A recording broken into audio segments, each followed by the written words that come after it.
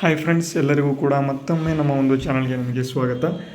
ಇವತ್ತಿನ ಒಂದು ವಿಡಿಯೋದಲ್ಲಿ ಏನಪ್ಪ ನಮ್ಮ ಒಂದು ಕರ್ನಾಟಕ ಸರ್ಕಾರದಲ್ಲಿ ನಡೀತಾ ಇರತಕ್ಕಂತಹ ಒಂದು ಒಳ ಮೀಸಲಾತಿಗೆ ಸಂಬಂಧಪಟ್ಟಂತೆ ಈಗಾಗಲೇ ವರದಿ ಸಲ್ಲಿಕೆಯಾಗಿ ಇನ್ನೇನು ಸಚಿವ ಸಂಪುಟ ಕೂಡ ಇಲ್ಲಿ ವಸ್ತುವನ್ನು ನೀಡಿದೆ. ನೆಕ್ಸ್ಟು ಇಲ್ಲಿ ಈ ಒಂದು ಒಳ ಮೀಸಲಾತಿ ಜಾರಿಯಾಗಬೇಕು.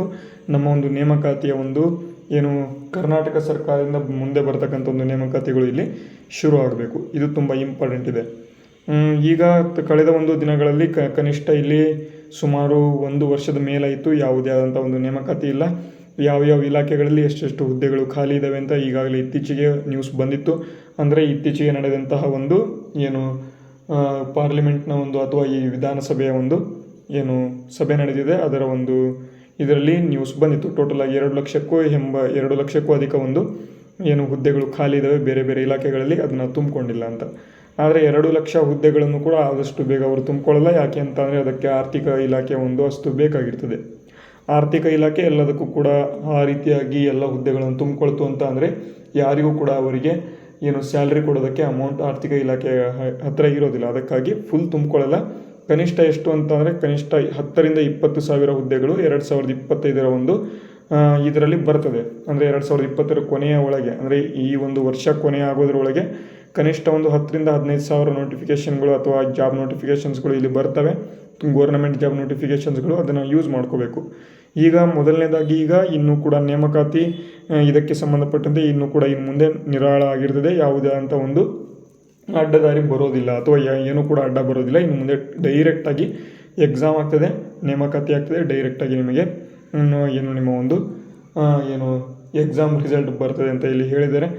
ಈಗ ಪ್ರೆಸೆಂಟಾಗಿ ಏನಪ್ಪ ಇಂಪಾರ್ಟೆಂಟ್ ಅಂತ ಅಂದರೆ KSCCF ಎಂಬತಕ್ಕಂಥ ಒಂದು ಇಲಾಖೆಯಲ್ಲಿ FDA ಹುದ್ದೆಗಳನ್ನು ಕಾಲ್ಫರ್ ಮಾಡಿದ್ದಾರೆ.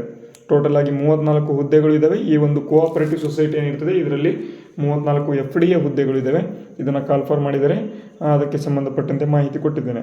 ನೆಕ್ಸ್ಟು ಇಲ್ಲಿ ಇತ್ತೀಚೆಗೆ ಈಗಾಗಲೇ ನಾನು ಹೇಳಿದೆ 5600ಕ್ಕೂ ಅಧಿಕ ಒಂದು ಪೊಲೀಸ್ ಕಾನ್ಸ್ಟೇಬಲ್ ಹುದ್ದೆಗಳನ್ನು ಭರ್ತಿ ಮಾಡ್ಕೊಳ್ಬೇಕು ಅಂತ ಇಲ್ಲಿ ಮುಂದಿನ ಒಂದು ದಿನಗಳಲ್ಲಿ ಭರ್ತಿ ಮಾಡ್ಕೊಳ್ತಾರೆ. ಅಂದರೆ ಈ ಒಳ ಮೀಸಲಾತಿ ಜಾರಿಯಾದ ನಂತರ ತಕ್ಷಣ ಈ ಒಂದು ನೋಟಿಫಿಕೇಷನ್ ಬರ್ತದೆ. 5600 ಸಿವಿಲ್ ಪೊಲೀಸ್ ಕಾನ್ಸ್ಟೇಬಲ್ನ ಒಂದು ನೋಟಿಫಿಕೇಷನ್. ಮತ್ತು ಇಲ್ಲಿ ಈಗಾಗಲೇ 402 ಹುದ್ದೆಗಳೊಂದು PSC ನೇಮಕಾತಿ ಈಗಾಗಲೇ ನಡೀತಿದೆ. ಇನ್ನು 15ರಿಂದ 20 ದಿನದ ಒಳಗಾಗಿ ಎಲ್ಲರಿಗೂ ಕೂಡ ಇಲ್ಲಿ ಆರ್ಡರ್ ಕಾಪಿ ಸಿಗ್ತದೆ.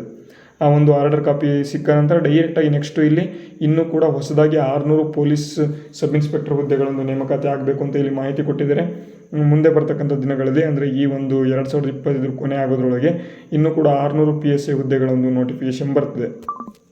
ನೆಕ್ಸ್ಟು ಇಲ್ಲಿ ಅರ್ಜಿ ಸಲ್ಲಿಕೆ ವಯಸ್ಸಿನ ಒಂದು ಮಾಹಿತಿ ಕೊಡಿ ಅಂತ ಇಲ್ಲಿ ತುಂಬ ಜನ ಕೇಳ್ತಾ ಇದ್ರು. ವಯಸ್ಸಿನ ಮಿತಿ ನೋಡೋದಾದರೆ 1 ವರ್ಷ ಮೀರದಂತೆ ಇಲ್ಲಿ ವಯಸ್ಸಿನ ಮಿತಿ ಕೊಡಲಾಗ್ತದೆ. ಅದರೊಳಗೆ ಎಲ್ಲ ನೋಟಿಫಿಕೇಷನ್ಗಳು ಆಲ್ಮೋಸ್ಟ್ ಬರ್ತವೆ. ಇದನ್ನು ಅಫಿಷಿಯಲ್ ಆಗಿ ನಮ್ಮ ಒಂದು ಕರ್ನಾಟಕದ ಮುಖ್ಯಮಂತ್ರಿ ಆಗಿರ್ತಕ್ಕಂತಹ ಮಾನ್ಯ ಶ್ರೀ ಸಿದ್ದರಾಮಯ್ಯ ಸರ್ ಅವರು ಇತ್ತೀಚಿನ ಒಂದು ಪ್ರಕಟಣೆಯಲ್ಲಿ ಅಥವಾ ಇತ್ತೀಚಿನ ಒಂದು ಸಭೆಯಲ್ಲಿ ಈ ಒಂದು ನ್ಯೂಸನ್ನು ಇಲ್ಲಿ ಹೇಳಿದ್ದಾರೆ.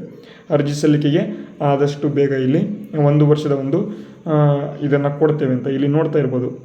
ರಾಷ್ಟ್ರೀಯ ಒಂದು ಜನಗಣತಿಯ ವರದಿ ಪ್ರಕಾರ ಇಲ್ಲಿ ಏನು ಒಳ ಮೀಸಲಾತಿನ ಜಾರಿ ಮಾಡಬೇಕು ಅಂತ ಇಲ್ಲಿ ಕೊಟ್ಟಿದ್ದಾರೆ. ಇಲ್ಲಿ ನೋಡ್ಬೋದು ಏನಪ್ಪ ಅಂತ ಅಂದರೆ ಕಾಲಕಾಲಕ್ಕೆ ಅಧ್ಯಯನ ನಡೆಸಿ ಪರಿಶಿಷ್ಟ ಜಾತಿಗಳ ಶಾಶ್ವತ ಆಯೋಗ ರಚನೆ ಅಂತ ಕೊಟ್ಟಿದ್ದಾರೆ. ಇಲ್ಲಿ ನೋಡಿ, ಒಳ ಮೀಸಲು ಆದೇಶದ ಬಳಿಕ ನೇಮಕ ಪ್ರಕ್ರಿಯೆ 1 ಬಾರಿಗೆ ಅನ್ವಯವಾಗುವಂತೆ ವಯೋಮಿತಿ ಸಡಿಲಿಕೆ ಅಂತ ಇಲ್ಲಿ ಕೊಟ್ಟಿದ್ದಾರೆ.